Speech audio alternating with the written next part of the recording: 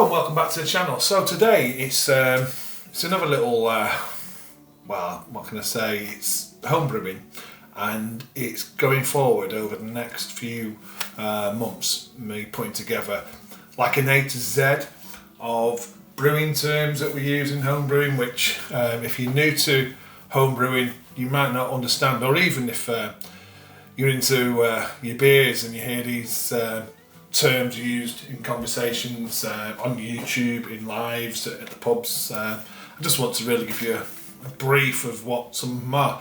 So we'll do an A to Z over the period of time, but the first one will be A to D. So it's brewing terms and just a very brief on what they are. So the very first one, A, attenuation. Attenuation, so that's about yeast and what it does to the wort and what it does to the sugar within the wort.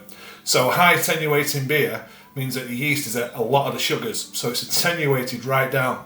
So high attenuation yeast is like an 85% attenuation yeast. You could get a lower attenuation yeast, say 65%, like a Windsor yeast, that's like a low attenuator. Maybe something up there a bit further, Nottingham might be a bit further up there. So basically it's how much sugar is that by the yeast in the wort to produce alcohol. So the more attenuation, the more alcohol.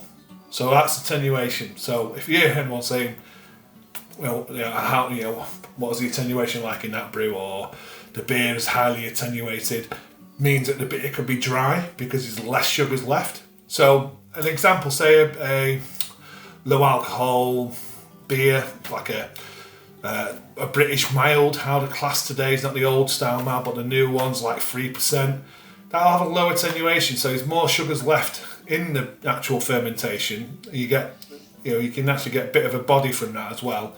But then when you go for, say, an IPA, a bit up there, like a double IPA, you want a yeast that eats a lot of that sugar and gets that attenuation right up, and then dries that beer out as well.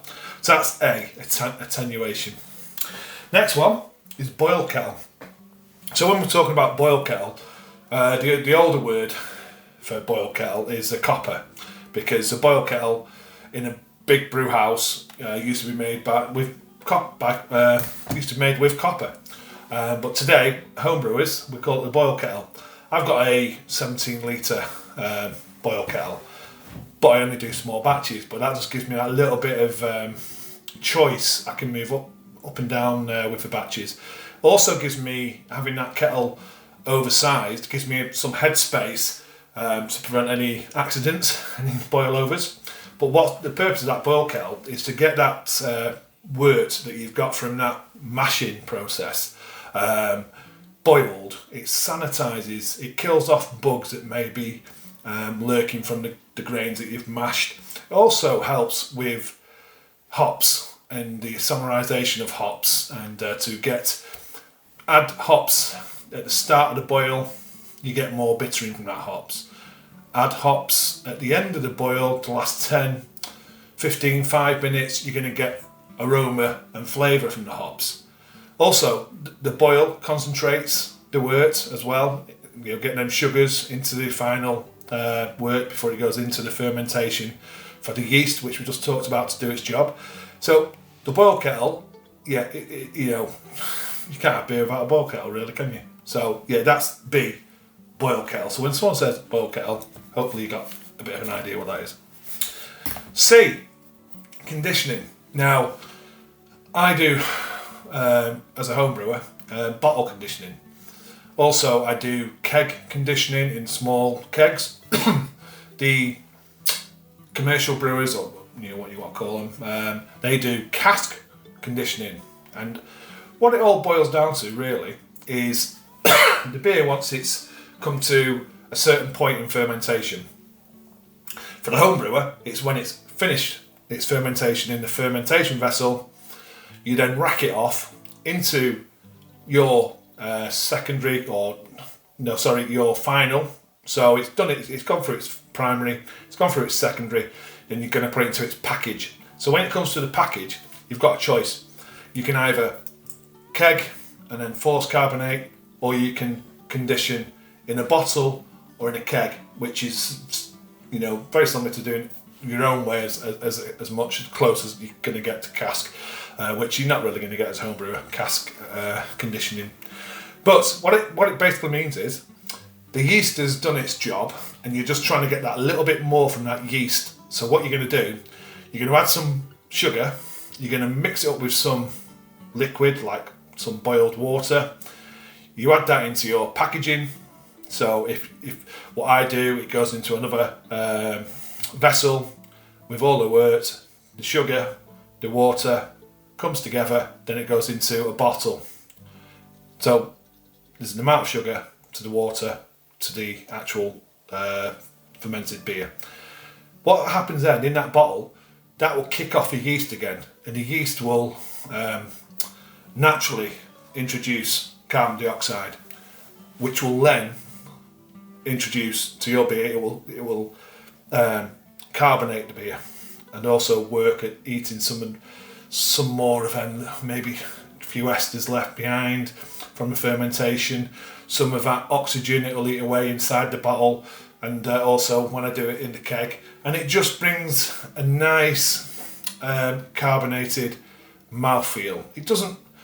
Hopefully, if you don't add, you know, if you add too much sugar, you could create, unfortunately, like a bottle bomb, especially if your wort hasn't fermented out completely. So there is that risk, but I always try and make sure I push my fermentation as far as I can. You do gravity tests, readings, you check, make sure there's no bubbles still in that fermenter, and then pretty much safe to go. But I always, you know, err on the side of caution anyway. I just slightly drop my carbonation sugar calculator, and I don't like an over fizzy beer. So that's conditioning. So basically the yeast has gone into the package, it's doing its second job, it's getting that sugar, it's turning it into carbon dioxide, you're getting a natural carbonation from that, and it also clears up maybe a bit of esters if there's any there, and a bit of that oxygen that could be left in the bottle. Okay, D, the final one for this, so we're doing A to D, is dry hopping. Well, dry hopping for the home brewer, you could double dry hop, you could single dry hop, you could actually leave it out as well. It's all about putting hops in on the cold side. So you've done your hop side, you've done your boil, you've added your hops. For some beers, not all beers, you've added your bittering hop, you've added your flavour, you've added your aroma hop. Basically what I'm saying there is a different time, so at the beginning of the boil and at the end of the boil. Then you could add some at whirlpool, you cool down your wort, you put it in the fermenter, and then you could dry hop, just to add more flavour and aroma without the bittering. Sometimes, I mean, there's lots of arguments out there. It could add a little bit of bittering, it may add no bittering whatsoever. You know, sometimes I notice there is some bitterness come through from dry hop, but it's not overly harsh. Sometimes I don't get any from dry hop.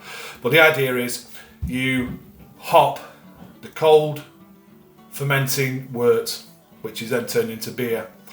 You can do this at the beginning, and then I can't quite remember the word for that, I'll put it up in here.